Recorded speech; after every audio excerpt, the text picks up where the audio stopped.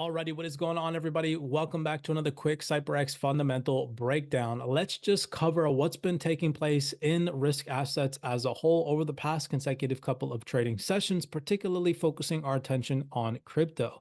Now, over the past consecutive couple of trading days, i.e. last week and then heading into this week, the prevailing market sentiment has mainly been driven by this whole entire narrative that central banks on a global scale are going to start to usher in interest rate cuts. For example, last week we had a dovish sentiment from the Bank of England. We saw the Swiss National Bank start to usher in rate cuts, and we also had a dovish sentiment from Jerome Powell, whom solidified that he sees at least 3 interest rate cuts taking place this year.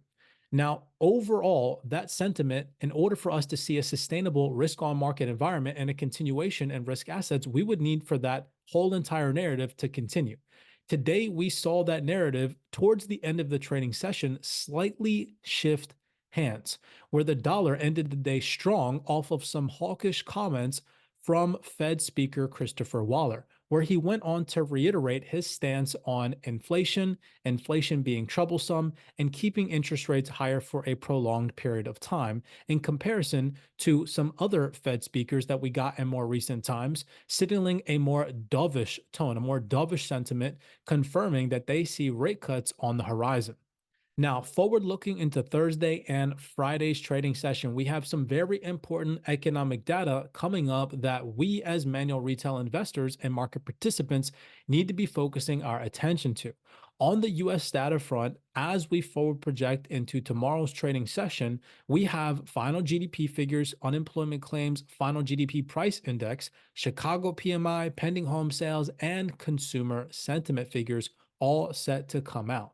In order for us to see a sustainable risk on market environment, see one-sided volatility or downwards pressure on the dollar, ideal scenario is we would need to see this data come out downbeat, lower than market forecasts, coupled with higher unemployment claims, showing weakness in the labor market, and weighing on the United States dollar. That would be the most ideal scenario for us tomorrow as manual retail investors to see a favorable risk on environment, for us to see bullishness in cryptocurrencies across the board, and for us to see weakness in the United States dollar. Now, obviously, of course, play the inverse and be reactive just in case that sentiment starts to shift hands. We see a dwindling narrative surrounding risk assets due to any upbeat economic data tomorrow on the US front that drives strength back to the dollar and weighs on the rate cut narrative. Forward looking into Friday is where our attention really lies via the core PCE price index month over month and year over year, which is the primary inflationary measure for the Federal Reserve.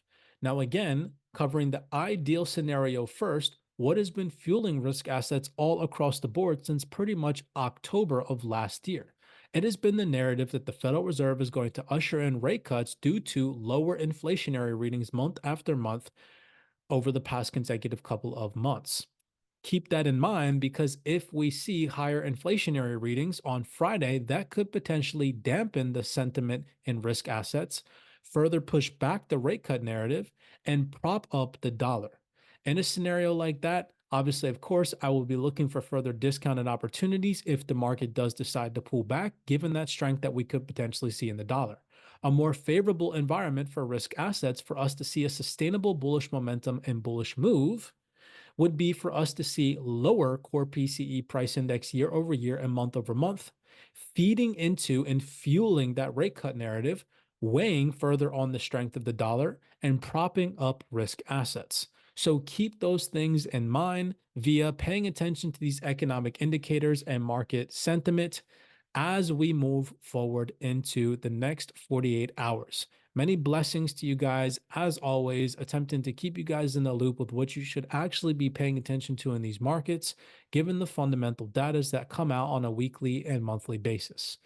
Be cognizant, be aware out there, be reactive, remember these talking points, and let's see how the data comes out tomorrow, whether it supports a risk on market environment or weighs on the risk on market environment.